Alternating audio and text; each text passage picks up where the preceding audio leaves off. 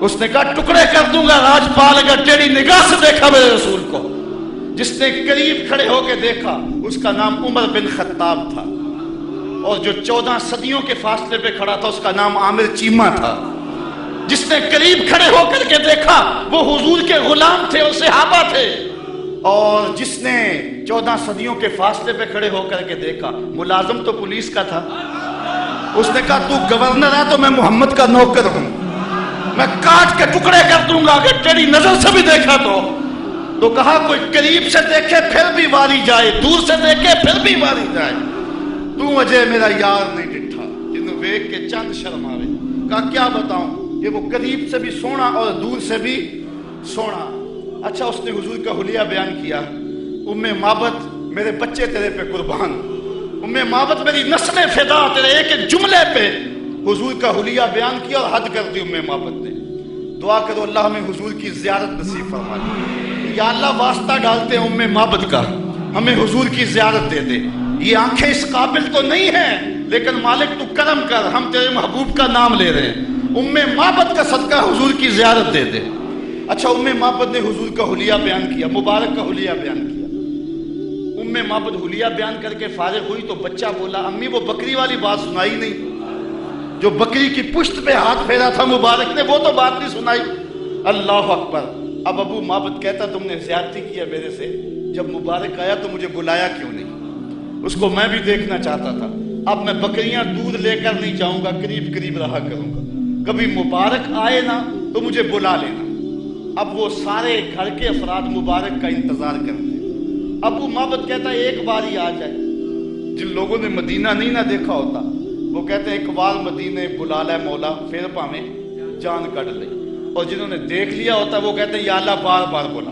ابو مابت کے جذبات یہ تھے ایک بار ہی دیکھ لوں، لیکن ام مابت کہتی تھی کاش کے روز بھی گزرے، مبارک کا روزانہ گزر ہو یہاں سے۔ ایک دن ام مابت سودا سلف لینے کے لیے قریبی بستی میں گئی، نہ ملا تو آگے بڑھ گئی، آگے شہر مدینہ میں جا پہنچی، سودا خرید رہی تھی، بچہ بھی ساتھ تھا کہ حضرت ابوبکر صدیق گزرے۔ تو بچے نے جب دیکھا نا تو تڑپنے لگا، اور اس کے لفظوں میں وہ بے ساختگی اور اس کی تڑپ ظاہر ہو رہی ہے۔ اس نے کہا یا امہ ان ھذا الرجل الذی کان مع المبارک، اے امی اس دن جو مبارک کے ساتھ نہیں بندہ تھا یہ جا رہا ہے۔ سودا چھوڑا حضرت ابوبکر صدیق کے پیچھے اور پوچھتے ہیں مبارک کہاں ہے، تم تو مل گئے ہو، مبارک کدھر ہے؟ اب نام تو اپنے طور پہ رکھا ہوا تھا۔ حضرت ابوبکر صدیق فرمایا کس مبارک کو ڈھونڈ رہی ہو؟ کہا وہی جس نے بکری کی پشت پہ ہاتھ پھیرا تھا۔ کہا آؤ تمہیں مبارک کے ڈیرے پہ لے چلو۔ حضور صحن مسجد نبوی میں بیٹھے ہوئے تھے۔ جب بچے نے دیکھا تو پھر چیخا اور کہا امی وہ دیکھو مبارک بیٹھا ہوا۔ یہ حضور کے قدموں میں بیٹھ گئی اور برکت لوٹی، حضور نے اسلام دیا، انہوں نے قبول کیا، واپس پلٹے گھر آئے۔ شام کو ابو مابت کے واپس آنے کا جب وقت ہوا نا تو ماں کہتی تھی بیٹے تو خاموش رہنا، میں بتاؤں گی تمہارے باپ کو۔ بیٹا کہتا نہیں امی مبارک کے ساتھی کو میں نے دیکھا تھا اس لیے میں نے بتانا ہے ابو کہ ہم مبارک کو دیکھ آئے ہیں۔ شام کو جب ابو مابت آیا نا یہ دونوں بتانے لگے، وہ پہلے ہی بول پڑا، کہا گھر پھر چمک رہا ہے، مبارک پھر آیا تھا؟ انہوں نے کہا مبارک تو نہیں آیا، ہم اس کا ڈیرا دیکھ آئے ہیں۔ کہا کدھر رہتا ہے؟ کہا جسے دنیا محمد کہتی ہے وہی تو مبارک ہے۔ پھر اگلے دن ابو مابت بھی حضور کے قدموں میں بیٹھا ہوا تھا۔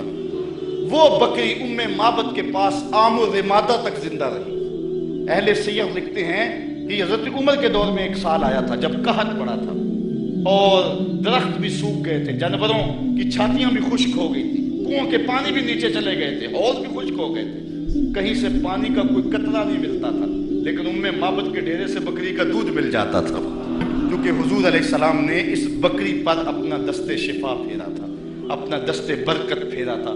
یہ حضور علیہ السلام کے ہاتھ کی اور حضور علیہ السلام کے دست نور کی برکت ہے۔ یہ ہاتھ تو اٹھ جائے تو چاند کے ٹکڑے ہوتے ہیں، یہ ہاتھ اٹھ جائے تو سورج پلٹ کے سر کے وقت پہ آتا ہے۔ اللہ اکبر۔ یہ جدھر ہاتھ ہو جاتے ہیں ادھر ہی کائنات کا نظام ہوتا ہے۔